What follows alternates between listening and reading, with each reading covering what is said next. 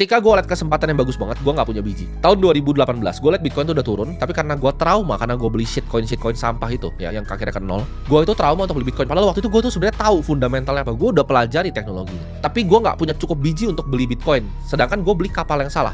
Waktu itu orang akan bilang itu investasi genius. Gue beli BCA dan BRPT ya 2018. Gue mulai stackingnya dari 2016, lalu gue tumpuk terus ke BCA sampai 2018. Orang akan bilang itu bagus karena itu peak di 2019, lalu turun lagi di 2020. Gue ngomong kayak begini, gue hafal luar dalam chartnya, gue hafal luar dalam harganya. Kenapa? Karena gue beneran praktisi di market. Gue waktu itu nggak punya cukup biji untuk tuker posisi BCA gue ke Bitcoin di 2018. Kalau gue lakukan itu, waduh, uang gue udah berapa gue nggak paham. Jadi gue itu miss kesempatan.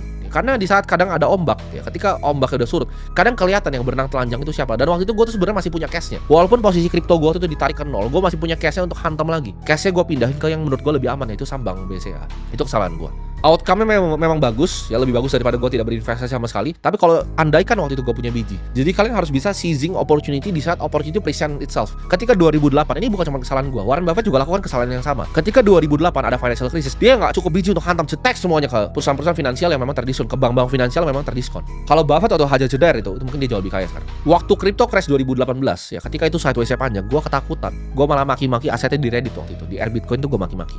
Itu kesalahan pemula ya, karena gue tuh baru 3 tahun di capital market. Jadi gue tidak cukup bijinya. Nah, biji gue baru tumbuh ketika covid. Ketika covid gue liatin sahamnya turun 3 kali margin, gue hajar. Dar, jangan diikutin. Tapi waktu itu gue tahu apa yang gue mainin, gue hajar ya. Gue gak punya biji di 2018 untuk melakukan itu, dan itu cost me a lot of fucking money ya. Gue bisa jadi orang sangat kaya andaikan gue punya biji waktu itu.